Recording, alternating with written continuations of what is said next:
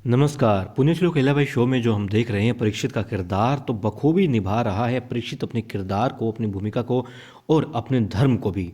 धर्म, जी हाँ, धर्म इसलिए क्योंकि वो युवराज खंडराव के दोस्त हैं और हर कदम पर, हर विपत्ति में, हर चुनौती में उनके साथ रहते हैं। चुनौती वहाँ देखी हमने, तारापुर जो मुहिम थी, उस किले को जीतना था, तो परीक्षित ने बराबर पूरा साथ दिया हर तरीके से। और जब जो मराठा सैनिक आए थे, उन्होंने भी कहा था कि परीक्षित उनका दोस्त उनके साथ था और कोई सरदार उनके साथ थे। बहुत कम सैनिकों के साथ में उन्होंने इस मुहिम को फतेह किया था, जीता था। बहुत पराक्रम वहाँ पर दिखाया था। जाहिर सी बात है, पराक्रम कुछ तो किया होगा, परीक्षित ने भी साथ निभाया होगा पूरा।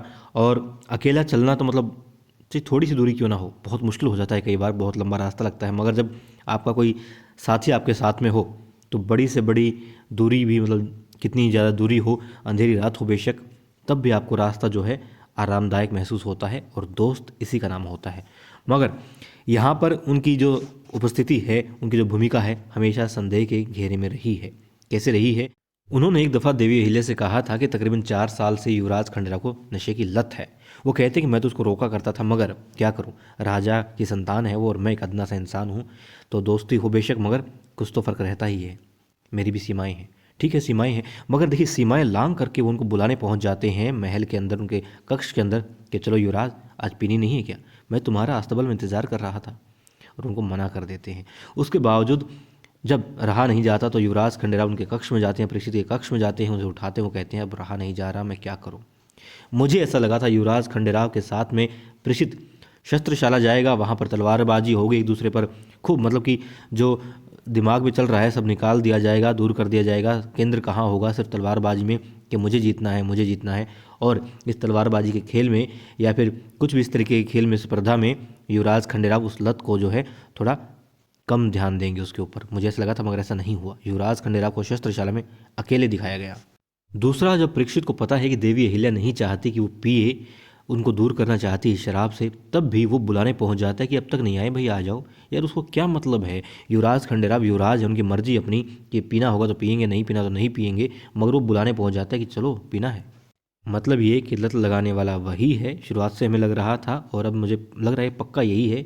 इसी वजह से, इसी इंसान की वजह से लत लगी है युवराज खंडेराव को।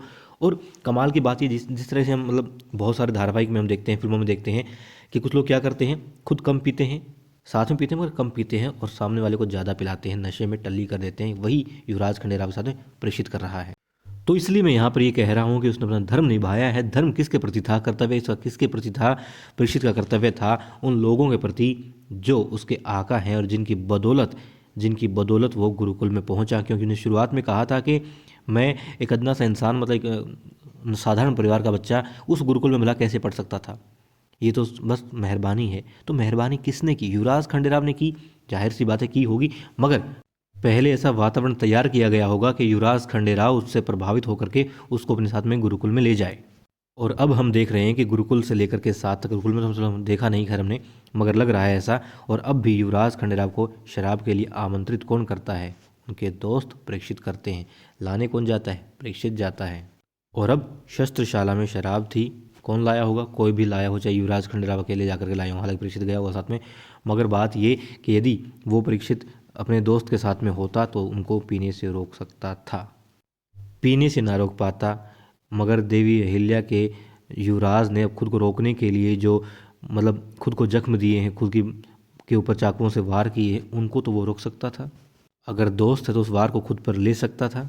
देवी अहिल्या को युवराज खंडेराव ने वादा किया है कि नहीं पिएंगे, और युवराज खंडेराव को प्रेषित अपनी कसम दे सकता था कि आप मत पिएं, आपको मेरी कसम है युवराज। क्योंकि उन्होंने कहा था कि सीने में जितनी जगह देवी अहिल्या के लिए है, उतनी ही उनके दिल में परीक्षित के लिए भी है। तो यहाँ पर परीक्षित ने अपना धर्म निभाया है, अपने आकाओं के प्रति अपना कर्तव्य, अपना जो दोस्ती थी जो वो नहीं निभाई, सिर्फ अपना धर्म निभाया है अपने आकाओं के प्रति।